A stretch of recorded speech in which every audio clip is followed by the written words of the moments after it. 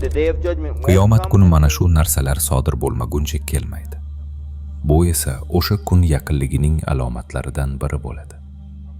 Qiyomat qachonki fitnalar zohir bo'lmaguncha va yolg'on keng tarqalmaguncha qoyim bo'lmaydi. Bu shunday oddiy narsaki, ortiqcha tushuntirishga ham hojat yo'q. Biz yolg'onni hamma yerda ko'ryapmiz. Internetda, WhatsAppda, soxta xabarlar va reklamalarda. Hamma yoqda yolg'on. Internet tufayli bu yolg'onlar soniyalar ichida butun dunyoga tarqalmoqda. Lekin hadisning biz uchun eng muhim qismi mana bu. Bozorlar bir-biriga bog'lanib ketadi. Payg'ambarimiz sollallohu alayhi va sallam buni 1400 yil avval aytganlari kishini hayratda qoldiradi. O'sha paytda hech kim bozorlar bunchalik uzviy bog'lanib ketishini bilmagan.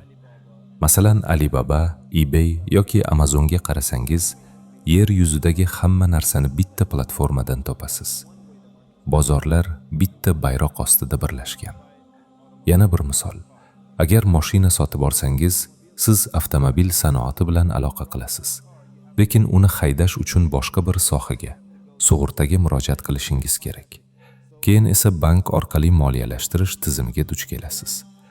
Ko'ryapsizki, barcha bozorlar bir-biri bilan tutashgan. Fond birjalari yoki dollarning ko'tarilib tushishi ham bunga yaqqol misol. U butun dunyo valyutalari va bozorlariga ta'sir qiladi. Ularning barchasi bozorlar o'zaro bog'liqligini ko'rsatadi va bu qiyomat alomatlaridan biridir. Bu narsalar harom yoki yomon degani emas. Shunchaki payg'ambarimiz sollallohu alayhi va sallam buni 1400 yil avval aytganlari mo'jizadir. Bu bugungi hayotimizdagi bozorlarning voqeligi va me'yoridir. Nasoiy rivoyat qilgan yana bir hadisda shunday deyiladi. Qiyomat alomatlaridan biri shuki, kishi biror narsa sotib olmoqchi bo'lsa, falon qabiladagi tadbirkordan ruxsat olmaguncha uni sota olmayman, deyiladi. Shuningdek, odamlar keng hududda birgina kotibni qidiradilar, ammo topa olmaydilar. Bu yerda gap bozorlarni juda kam sonli odamlar nazorat qilishi haqida ketmoqda. Bu juda kuchli tasvir. Agar Amerikadagi barcha kompaniyalar va ularning bosh korporatsiyalari chizmasiga qarasangiz, deyarli har bir mahsulot oxir-oqibat hamma narsaga egalik qiluvchi, atigi 5-6 yirik kompaniyaga borib taqalishini ko'rasiz. Xuddi shu holat yangiliklar va telekanallarda ham mavjud. Ularning hammasi atigi 4-5 ta asosiy egalarga tegishli. Navbatdagisi Abu Hurayradan rivoyat qilinadi. Payg'ambarimiz sollallohu alayhi va sallam dedilar: Odamlar ustiga shunday bir zamon keladiki, kishi o'z boyligining qayerdan kelganiga parvo qilmay qo'yadi. U halolmi yoki harom, buning ahamiyati bo'lmaydi. Ya'ni inson topayotgan davlatining manbasiga e'tibor bermay qo'yadi. Hozir bir misol keltiraman. Kanadada bir yigit yonimga kelib, bir nechta yonilg'i quyish shoxobchalari borligini, lekin ularning hammasidan voz kechmoqchi ekanini aytdi. Bu yaxshigina daromad keltiradigan biznes, shunday emasmi? Shunda men undan, nega bunday qilyapsan deb so'radim. U esa, chunki daromadimning 70% gacha bo'lgan qismi tamaki mahsulotlarini sotishdan keladi, deb javob berdi. Bunday shoxobchalar haqida xabari borlar biladiki, aslida benzindan unchalik ko'p foyda ko'rilmaydi. Asosiy pul ichkaridagi do'kondan keladi. Albatta, agar alkogol sotsangiz, eng katta daromad o'shandan bo'ladi. Undan keyingi o'rinda esa tamaki turadi. Keyin esa odamlar sotib oladigan gazli ichimliklar, qahva va boshqa narsalar. Qizig'i shundaki, men yana bir kishini bilar edim.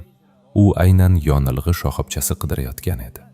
Men unga boyagi yigitning daromadi 70% tamakidan ekanini aytganimda, bu uni zarracha ham hayratlantirmadi.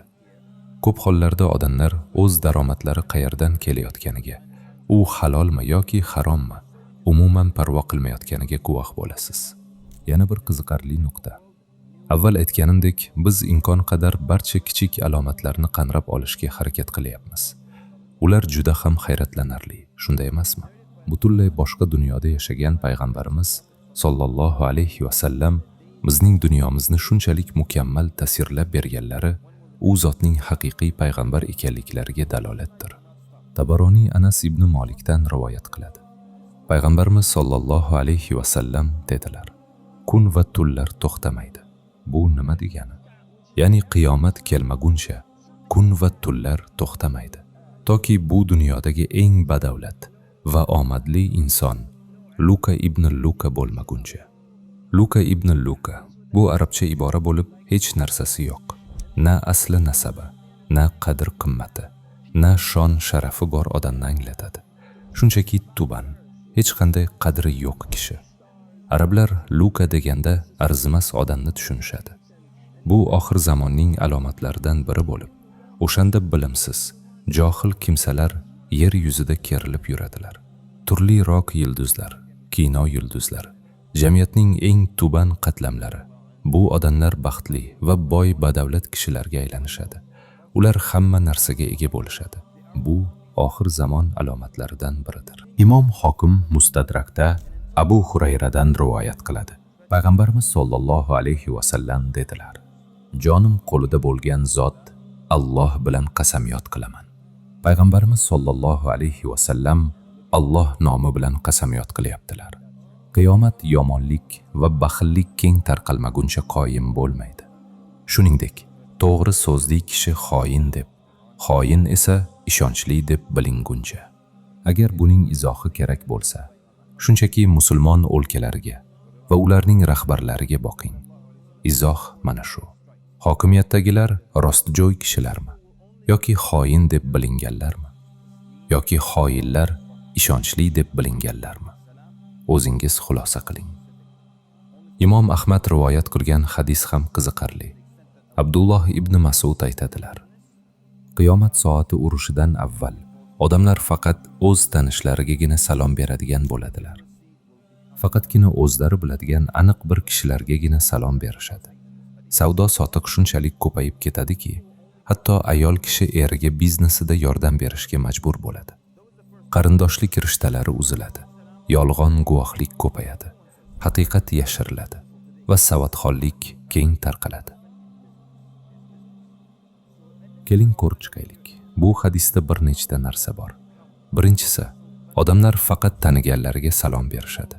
Bu hozir ayni haqiqat. Ikkinchisi, savdo sotiq shunchalik ko'payadiki, ayol kishi eriga biznesda yordam beradi. Payg'ambarimiz sollallohu alayhi vasallam dunyo qanday bo'lishini aytganlar. Eski zamonlarda deylik, men piyoz sotgan bo'lsam, kunlik ehtiyojimga yetadigan pul topsam uyga qaytardim. Ayolim esa uyda o'tirgan bo'lardi. Agar u men bilan ishga kelsa ham, o'sha piyozni sotishdan boshqa ish bo'lmas edi. Ammo payg'ambarimiz sollallohu alayhi vasallam kelajakda savdo shunchalik ko'payib ketishini aytganlarki, ayolim meni uyda kutib o'tirmaydi.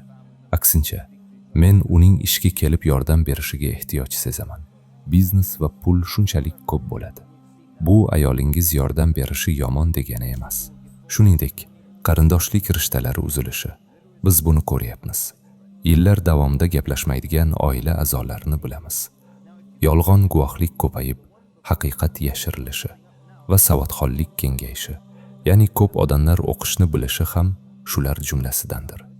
Endi buni Sahih Buxoriy va Muslimdagi Anas ibn Malik rivoyat qilgan hadisga solishtiraylik. Qiyomat alomatlaridan biri ilmning ko'tarilishi va jaholatning keng tarqalishidir. Shuningdek, sharob ichiladi, zino ommalashadi, erkaklar kamayib, ayollar ko'payadi. Hatto bir erkak kishiga 50 ta ayol to'g'ri kelib qoladi. Bir tomonda jaholat tarqalyapti, ikkinchi tomonda savodxonlik oshyapti. Bu qanday bo'lishi mumkin? Bir izohga ko'ra, bular turlicha davrlardir. Avval savodxonlik oshadigan davr keladi, keyin esa jaholat hukmron bo'ladi. Yana bir izoh. Ko'p odamlar o'qishni bilishi mumkin, ammo biz dindagi jaholat haqida gapiryapmiz. Agar gap diniy jaholat haqida ketayotgan bo'lsa, o'qishni bilishning bunga aloqasi yo'q. Va bu aynan bugungi kunda sodir bo'layotgan voqelikka juda o'xshashdir.